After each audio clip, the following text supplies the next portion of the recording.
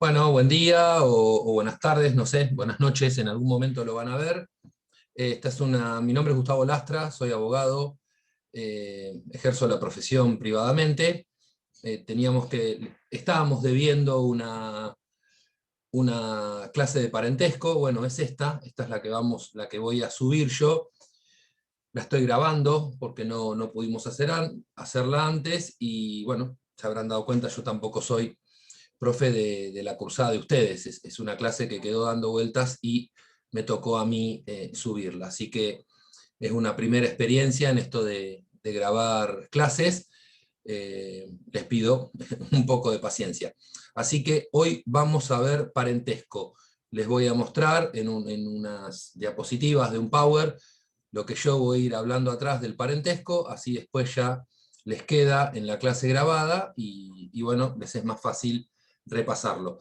No es un tema complejo, es un tema que revierte pocos artículos. Generalmente cuando nosotros damos las clases en esta nueva modalidad por Zoom, yo hago leer el código, así tenemos otro ida y vuelta. En esta oportunidad no lo vamos a poder hacer, así que yo les voy a ir anunciando cuando soy textual de la lectura del código. Bueno, así que ahora vamos con la presentación en las filminas de parentesco. Bueno, ¿qué es el parentesco? ¿No? Por definición es el vínculo jurídico existente entre personas en razón de la naturaleza, las técnicas de reproducción humano asistida, la adopción y la afinidad. Estas técnicas de reproducción humana asistida, perdón, que las vamos a ver como TRHA más adelante, es algo novedoso, es algo nuevo que introduce el codificador en este código, en este nuevo código civil y comercial, que tiene vigencia, como ustedes sabrán, desde el año 2015. ¿Dónde está la definición? En el artículo 529 del Código Civil. Soy textual, entonces les repito: parentesco es el vínculo jurídico existente entre personas en razón de la naturaleza, las técnicas de reproducción humana asistida, la adopción y la afinidad.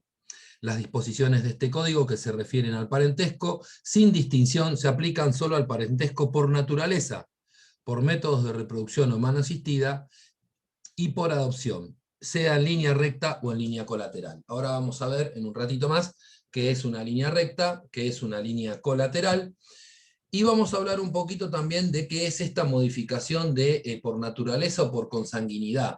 Eso es lo que hablaba nuestro codificador en el Código Civil y Comercial, hablaba de consanguinidad. Hoy, por cuestiones más obvias, hablamos de por naturaleza, ya que estas conformaciones de familia son distintas, tenemos otro tipo de amplitud a la hora de hablar de familias, entonces se vio más prudente hablar de lo que era la naturaleza y no la consanguinidad.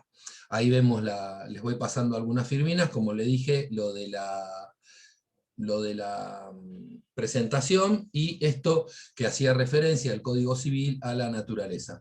Entonces, la sola consanguinidad era pertinente en el marco de un régimen filial que solo receptaba la filiación por naturaleza, pero como ahora se contemplan otros tipos que están enumerados en el artículo 558, repasen el primer párrafo del artículo 558, resulta imprescindible adaptar la terminología utilizada.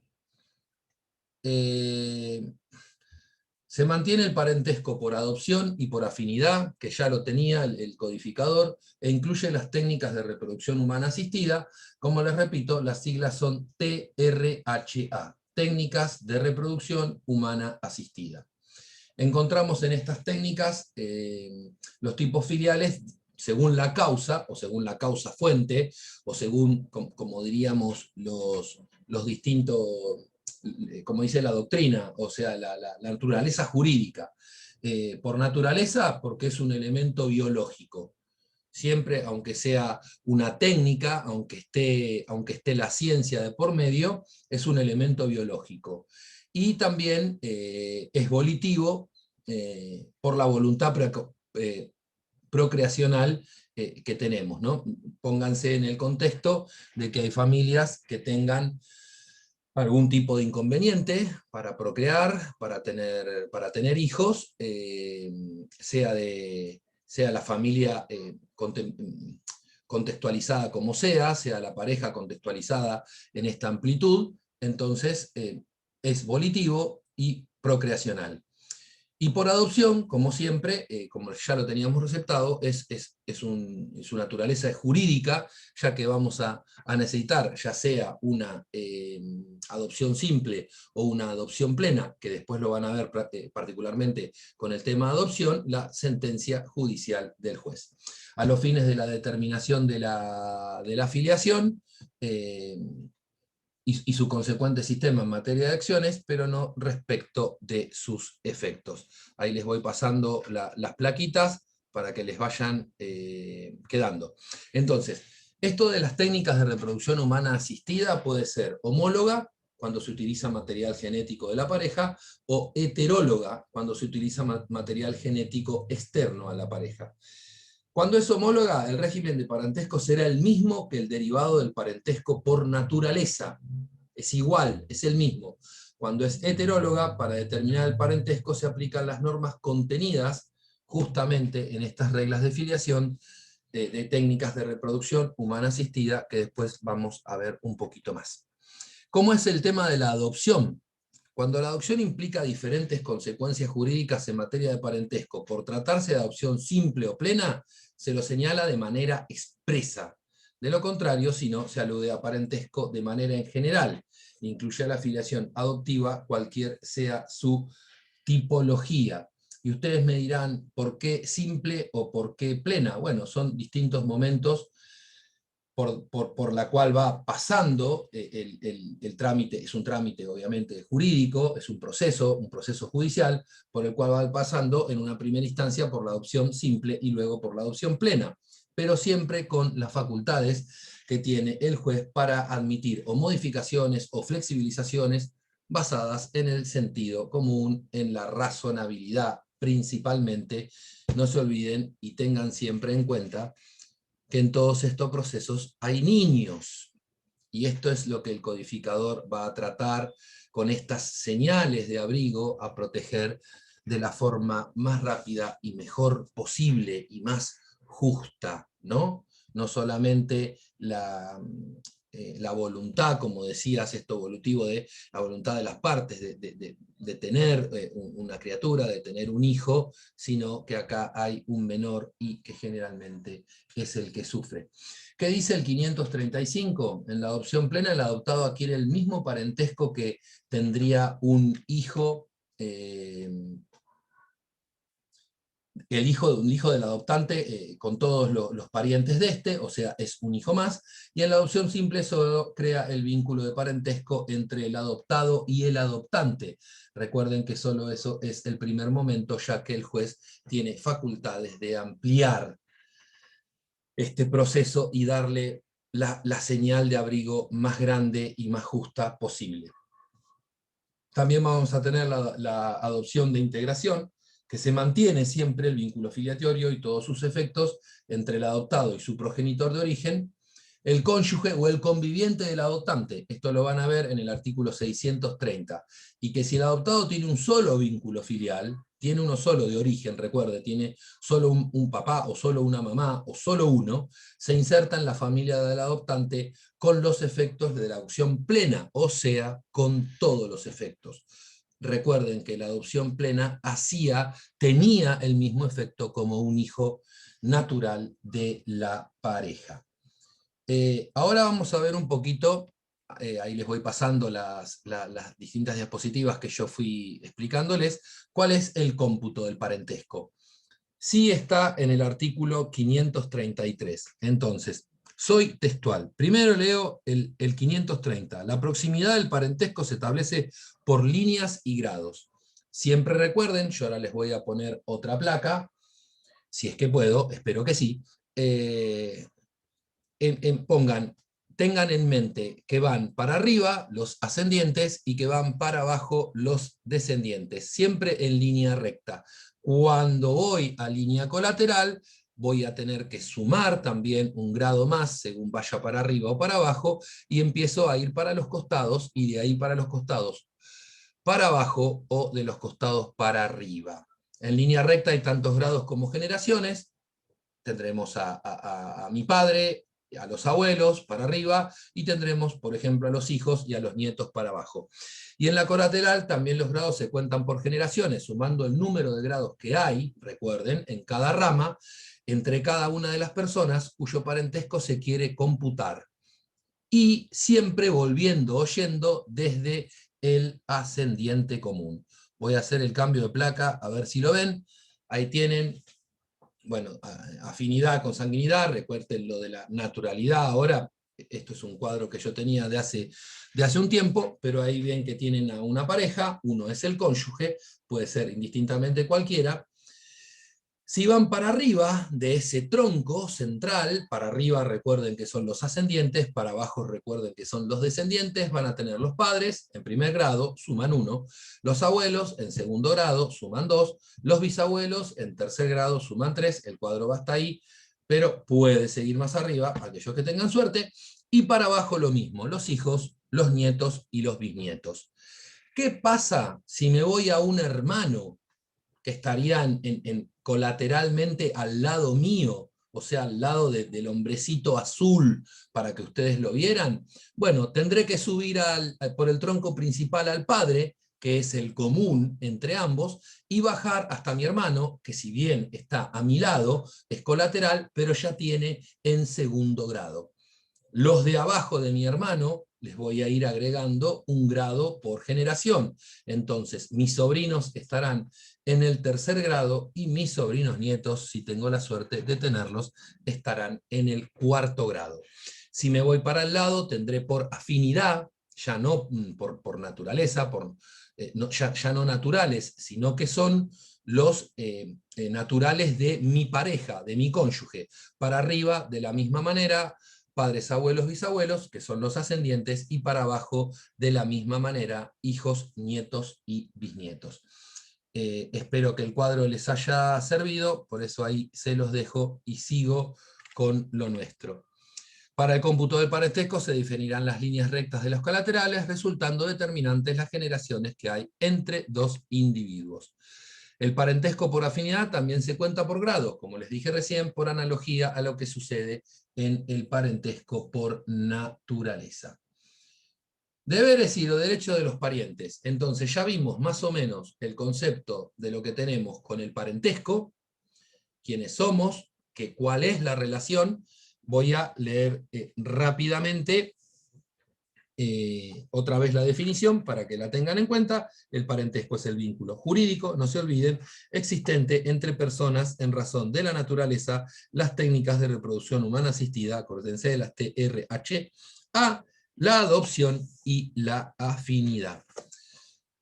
Vamos entonces a seguir adelante en esto del libro segundo, que regula los derechos y los deberes de los parientes. La primera está dedicada a los alimentos, en tanto en que la segunda parte está dedicada al derecho comunicacional. Alimentos en sí, propiamente dicho, lo vamos a ver ahora a continuación. Sáquense de la cabeza que el alimento es solo comida. Y el derecho de comunicación o derecho comunicacional, que antes se llamaba régimen de visitas. Ahí voy adelante con las filminas, así lo pueden ver. ¿Dónde está alimentos? En el 537. Soy entonces textual. Ahora, los parientes se deben alimentos en el siguiente orden. Los ascendientes y descendientes, entre ellos están obligados preferentemente los más próximos en grados. Los hermanos bilaterales y unilaterales. En cualquiera de los supuestos, los alimentos son debidos por los que están en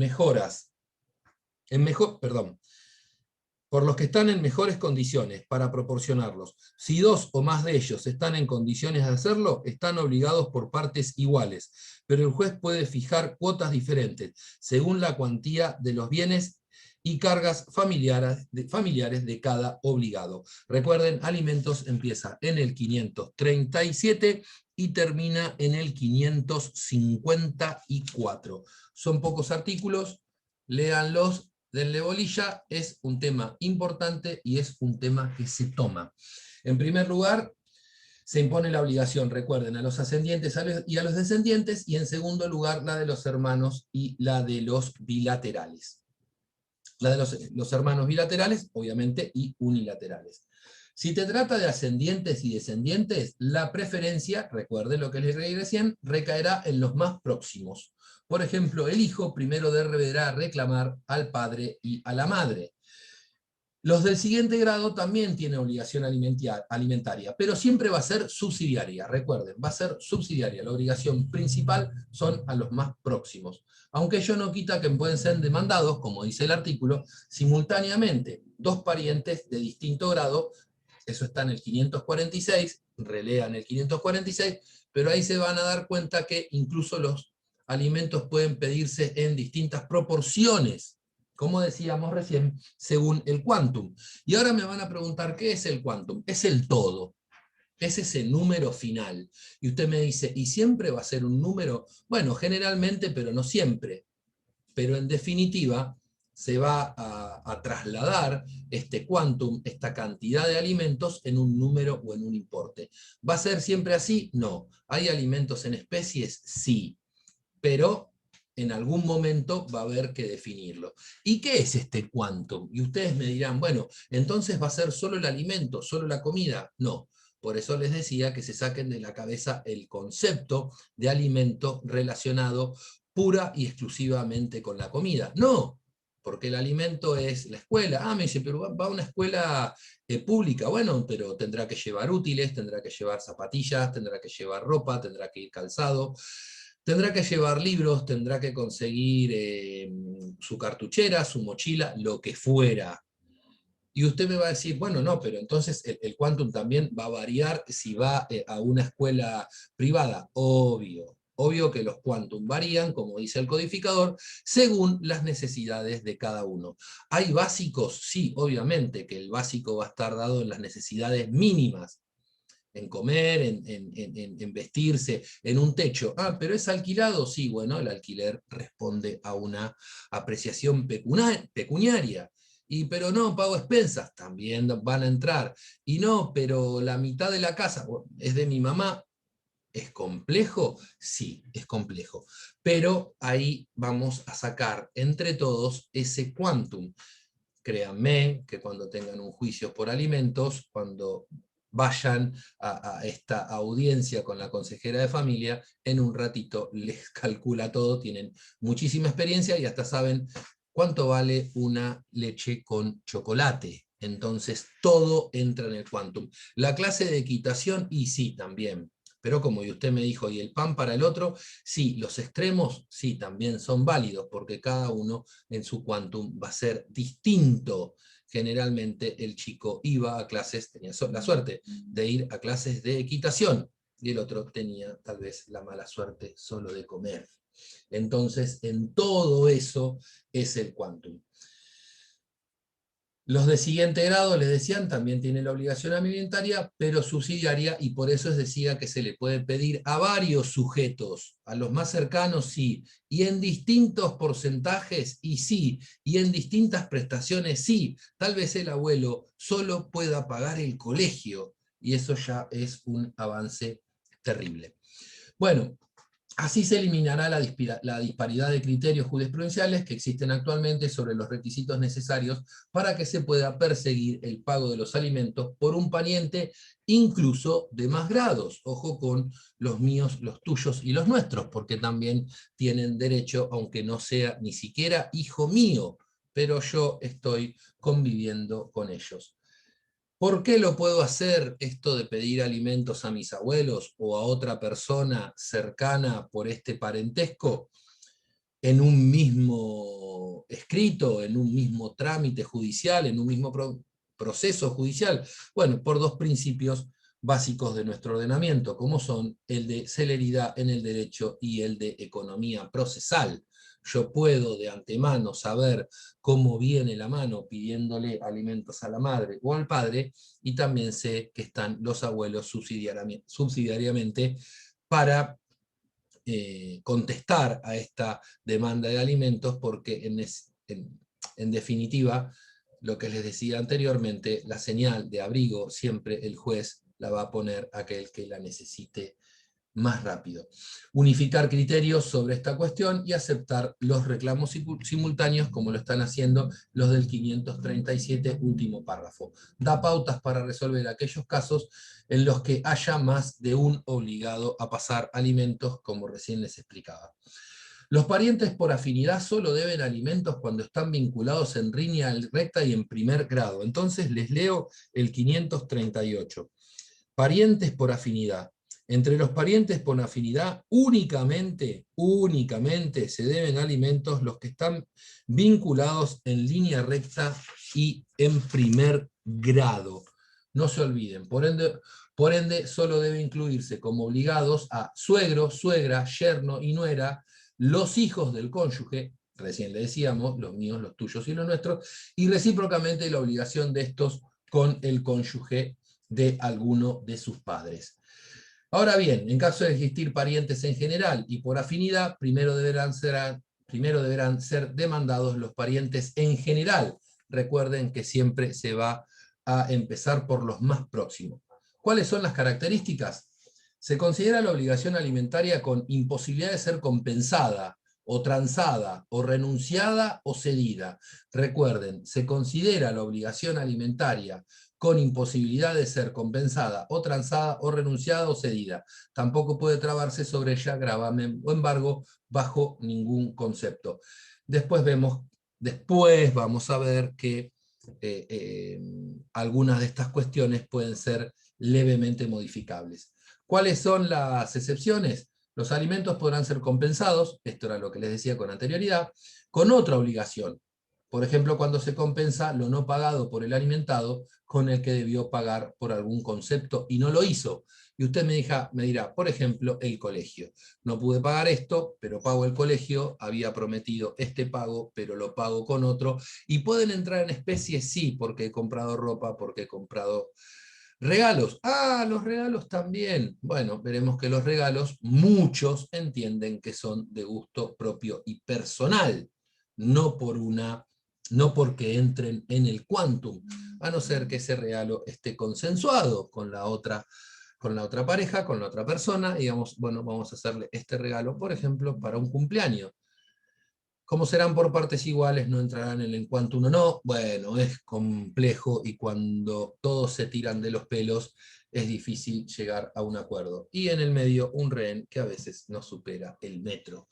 Pero bueno, así es la vida en estos casos y les digo bienvenidos al planeta La Tierra. O también pueden ser renunciados, ejemplo típico, el de las cuotas devengadas, desde el reclamo hasta el arribo, o un acuerdo sobre el monto de la cuota, acuerdos obviamente sobre el monto de la cuota que ya se pactó. O también pueden ser transmitidos, ejemplos mediante una donación, si se trata de una suma devengada y que no haya sido pagada en su oportunidad. Voy a ser textual y leo el 540, alimentos devengados y no percibidos. Las prestaciones alimentarias devengadas y no percibidas pueden compensarse, renunciarse o transmitirse a título oneroso o gratuito. La obligación alimentaria tampoco puede ser repetida o solicitada su devolución. ¿Qué es repetida? Alguna acción de repetición, o sea, esto que yo te di, te lo di mal y dámelo. No, bueno, en el derecho hay una vieja frase, un viejo concepto que dice, quien paga mal, paga dos veces. Entonces, tampoco puede ser repetida. Se trate de cuota ordinaria o extraordinaria. Como excepción a este principio, porque recuerden que siempre en derecho tiene excepción, es una materia de interpretación, muchas veces, y no simplemente sobre la frialdad del articulado, ¿no? Pero como excepción a este principio, señala el artículo 549 que en caso de haber más de un obligado al pago de los alimentos, quien los haya prestado puede repetir de los otros obligados en proporción a lo que cada uno le corresponde. Y usted me dice, ¿pero cómo? ¿No era que no se podía repetir? No, ojo, pero yo no estaba obligado al pago y pagué los alimentos. Tendré una acción de repetición con aquel que era el obligado y finalmente no los pagó. Es otra cosa. El alimentado recibió la misma cuota, no es que recibió dos, no es que recibió más ni es que recibió menos. La acción de repetición la tendré con aquella persona que debería de pagarlos y no los pagó. Contenido de la obligación alimentaria. La prestación de alimentos comprende lo necesario para la subsistencia, habitación, vestuario y asistencia médica, correspondiente a la condición del que la recibe, en la medida de sus necesidades y de sus posibilidades económicas del alimentante. Si el alimentado es una persona menor de edad, comprende además lo necesario para la educación. Y bueno, y ustedes dicen, ¿y hasta cuándo? Y muchas veces es, si estudia, hasta los 25 años. ¿Pero es mayor de edad? Sí, ya es mayor de edad, pero está estudiando. Bueno, seguimos. Una situación que no puede pasarse por alto es para el Código Civil la obligación alimentaria entre parientes que es recíproca. Antes las teníamos, la reciprocidad, en el artículo 367, ahora las tenemos en el 537, que ya lo leí con anterioridad. Sin embargo, ello no surge del análisis conjunto de todo el capítulo, y principalmente porque la reciprocidad resulta del concepto de solidaridad que debe existir entre las relaciones que tienen la familia. Tal vez los autores no lo mencionaron porque expresamente, no lo mencionaron expresamente por considerarla redundante. Siempre hay reciprocidad, siempre hay reciprocidad. Contenido de la obligación alimentaria, como les dije recién, se enumeran también en distintos rubros e incluirse, no se olviden, la subsistencia, la habitación, el vestuario y la asistencia médica. Repito, el piso, la subsistencia, la habitación, la casa, ¿no? El techo, donde vivir, el vestuario y la asistencia médica. Si el alimentado es menor de edad, también se incluye el rubro educación. Y si es mayor de edad y sigue estudiando, y también, después lo vamos a ver, que también vamos a extender este rubro. Comparativamente, la obligación alimentaria entre parientes es más limitada que la resultante de la responsabilidad parental, pues solo puede atender a rubros de toda necesidad, o sea, a lo mínimo, a lo mínimo. Ya si no puedo ir a clase de equitación, bueno, lamentablemente tendremos que bajar un escalón. Esa es una de las cosas que... este segmento se llama Conviértanse en abogados hoy, ¿no? Es raro que el día de mañana que se reciban y si se dedican al derecho civil y comercial, que alguien no les consulte por una sucesión o por un divorcio. Bueno, en este caso de un divorcio, seguramente van a tener un tema de alimentos. Bueno, tengan en cuenta que cuando uno llega a un acuerdo con el otro, cuando se rompe este proyecto en común, cuando me bajé del barco en el que estábamos juntos a ese puerto llamado felicidad y que estábamos tan enamorados, se rompe todo, bueno, hay que barajar y dar de nuevo, y ahí casi inmediatamente me olvidé de todo lo que te quería. Entonces voy a ponerme más pragmático y esto se define generalmente siempre con dinero, y siempre están presos los mismos. Entonces, en este tipo de acuerdos, ustedes sabrán como abogados que todos ganamos y todos perdemos un poco. Así que quedarán para otro momento las clases de equitación, porque en realidad lo que tengo que pagar es las expensas de ese piso que tengo. Bueno, y otros querrán, aunque sea, poder tomar la leche todos los días. ¿Es difícil? Sí, existe, obviamente. Recuerden entonces, la obligación alimentaria entre parientes es más limitada que la resultante de la responsabilidad parental, porque solo puede atender a rubros de toda necesidad, y que excluye a aquellos dedicados al esparcimiento o estudios especializados o gastos superfluos o suntuosos, aunque el alimentante posea una gran fortuna. Qué lástima, porque estaba estudiando en Buenos Aires y le iba recontra bien. Qué injusto, ¿no? Y sí, cuando uno a veces no elige su propio destino, las injusticias se visten de verdades. Así que veremos cómo hacemos para que el pibe o la piba siga estudiando afuera. Pero bueno, el quantum determina el acuerdo. Recuerden que lo que era el quantum, la condición del que la recibe, en la medida siempre de sus necesidades y de las posibilidades económicas del alimentante. ¿Por qué? porque no se olviden que cuando me bajo del barco, porque el barco va a otro puerto, ¿qué hago? Más allá de dejar de ser solidario en las buenas y en las malas, muchas veces redistribuyo el patrimonio, porque antes pagábamos dos personas, dos sueldos, con suerte, ¿no? Muchas veces hay veces que una persona se encarga de todo lo que es las tareas de la casa, de los chicos, de la escuela, de llevarlos, de traerlos, de la comida, y es un trabajo, claro que es un trabajo, y clases más adelante de familia lo van a ver, por eso hoy se habla tanto de la compensación, porque claro que es un trabajo, y es un trabajo pesado, y es un trabajo súper necesario. Pero bueno, cuando esas aguas se dividen, también se dividen las entradas económicas. Entonces, por eso dice de las posibilidades económicas del alimentante. ¿Cuál es el modo de cumplimiento? La sentencia o convenio en el que se fije el monto de la cuota alimentaria también debe fijar la forma en que debe cumplirse. Esto es, si debe hacerse en efectivo o en especie, y la oportunidad de cada pago en forma mensual, quincenal, semanal, o como fuere, o como cobro, o como se me dé. Hay veces, créanme, que se pone muy difícil. Entonces, leo el 542. La prestación se cumple mediante el pago de una renta en dinero, pero el obligado puede solicitar que se lo autorice a solventarla de otra manera si justificare motivos suficientes. Los pagos se deben efectuar en forma mensual, anticipada y sucesiva, pero según en circunstancias el juez puede fijar cuotas por periodos más cortos. Espero que me estén recibiendo bien, que siga grabando, así sigo con la clase adelante. Vamos recién por la mitad de la clase, así que todavía nos quedan algunos minutitos más. Recuerden entonces, como generalidad, la preferencia por el pago de una renta en dinero en forma mensual y de manera anticipada. Por ejemplo, la cuota de enero deberá pagarse antes de determinada fecha de dicho mes, de acuerdo a lo establecido, y dicha forma de pago debe mantenerse hasta que se decida que el cumplimiento de la obligación se haga de otra manera. En la práctica, la forma común de fijarla es en efectivo. Obviamente les dije que esto en definitiva se transmite, se define en plata, ¿no? Pero puede haber también en especies, como dijimos anteriormente. Procediendo mensualmente, generalmente del 1 al 10 de cada mes, el depósito de la suma que corresponde a una cuenta judicial que se abre a nombre del juez y de la que yo voy a poder retirar el dinero.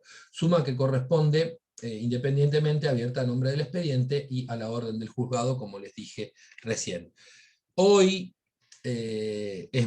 hoy se ha avanzado muchísimo. Años atrás, si iban a tribunales, los primeros días, me acuerdo que nosotros poníamos algún tipo de cuota en vencimiento por algunas otras cosas, laborales o lo que fuera, las poníamos después del 10, porque ir al banco de tribunales, que recuerdo quedaba en el entrepiso, ahora queda en planta baja, ahí en la calle Brown y Tucumán, era imposible. ¿Por qué? Porque todos estaban cobrando alimentos. Entonces había cualquier cantidad de gente. Bueno, hoy se ha digitalizado mucho, hoy están las tarjetas de débito, se depositan, papá o mamá lo saca del cajero, lo saca cuando puede, lo saca en porciones, en cuotas, en lo que necesite. Hoy eso se ha agilizado muchísimo. No fija como absolutas a las formas indicadas, pues señala que el obligado puede solicitar que se le autorice a solventar la obligación alimentaria de otra manera, lo que decía anteriormente. Ello lo lleva a interpretar que se reconoce el pago en especie. Este puede implementarse mediante la compra directa de comida, por ejemplo, alimentos, ¿no? O de vestimenta, o el pago, como les dije antes, de un alquiler o de un préstamo para la adquisición de una vivienda. ¿Por qué no? Che, yo me quedo con la casa, pero vamos a sacar un crédito, bueno, yo pago la cuota si tenés tu departamento. Bueno, o mediante el pago a terceros, porque debíamos, entonces, porque debíamos no, porque teníamos algún crédito. Entonces usted dice, pero es un deudor. No, no siempre, pero puede haberlo. Pero hay colegios, hay medicamentos, hay obra social, entre otros, etcétera, cualquier tipo de gastos. Se contempla que los pagos se hagan en periodos más cortos o más largos de tiempo, ya se los dije, según la conveniencia de los involucrados. Por ejemplo, si el alimentante percibe su sueldo quincenalmente, no existe ningún obstáculo legal para que se fije que la cuota se cumpla también en forma quincenal. ¿Cuál es el cese de la obligación alimentaria? Recuerden que los alimentos van desde el artículo 537 al 554. Son poquitos artículos. Los leen rápidamente, usan esta clase con estas filminas, con estas diapositivas de apoyo, y les queda. Es un tema que alimentos particularmente se toma. El artículo 554 del Código Civil y Comercial fija como causales de cesación: si el alimentado incurre en algunas de las causales de indignidad, que están en los artículos 2281 y 1571. Para aquellos que en algún momento vayan a ver sucesiones, recuerden que la indignidad también es un punto muy importante. Es taxativa la enunciación, son un montón de ítems. Bueno, léanlos y recuérdenlos, si el alimentado incurre en alguna causal de indignidad. Obviamente, por la muerte del obligado, perdón, por la muerte del obligado o del alimentado, obviamente se rompe el vínculo que dio nacimiento a los alimentos, y cuando desaparecen los presupuestos de la obligación, y ustedes me dirán cuáles, algunos serán, por ejemplo, la mayoría de edad, o no. Puede haber otros, sí, claro que puede haber otros, y ahora los vamos a ver. La cesación de la cuota en los casos de los incisos A y C, recuerden que eran la indignidad y la desaparición de los presupuestos de la obligación, no puede hacerse, como dice manu militar, y claro, sino que debe ser requerida al juez, o sea, no puede ser por manu propia, y decidir sobre la procedencia del planteo. Solo cesa de pleno derecho, obviamente, la causal del inciso B, que es por la muerte del obligado o del alimentado. Vamos con terminado alimentos. Recuerden que están estos articulitos, recuerden que también pueden hablar de la prueba, del recurso, de la retroactividad. Se va a ver alimentos con mayor detenimiento. Esto está, me imagino que destinado, creo que es al plan viejo, pero les repito, está en el capítulo 2, deberes y derechos de los parientes. En la sección primera, alimentos, va desde el artículo 537 a 554, porque ahí va a haber lo que les dije, la repetición, la retroactividad, las medidas cautelares, el incumplimiento de órdenes judiciales y demás. ¿Qué es el derecho de comunicación? En esto que entra en el parentesco, estamos viendo parentesco. No se olviden de eso. Dentro de parentesco lo relacionamos con alimentos y el derecho de comunicación, que antes era el antiguo derecho de visita. Espero que me estén escuchando bien, que siga el tiempo, que se esté grabando, así ya nos queda menos. Se propone el cambio de régimen de visitas por el derecho de comunicación. ¿Por qué? Porque se creía en la palabra como alimento, muchos la transforman a solo comida, visita era solo verlo, y verlo a veces es más, verlo no es tan amplio como comunicarse, más como estamos ahora en la era de las comunicaciones, que en realidad cada vez nos comunicamos menos. Pero bueno, de esto se trata, del acercamiento de una persona con la otra. Y usted me dirá, ¿con cuál? Y con este bajito, con este chiquito que es a veces el que más lo necesita. Ah, solo del padre porque el padre no la quiere ni... No, no, no. Hay abuelos, hay padrinos, hay amigos. Y usted me dice, ¿y eso cómo lo define? Lo define el cariño, lo define el amor, lo define el abrigo para esta persona que, ¿qué pasa? Se quieren. Y en base a ese sentimiento de quererse se construye una relación. Y en base a esa relación se construye o se debería de construir una persona mejor. Entonces es interesante verse, sí, y es interesante comunicarse. Que la otra persona sepa que puede contar con ella del otro lado del mundo, del país o de donde fuere, inclusive de la misma ciudad. ¿Quiénes son los legitimados?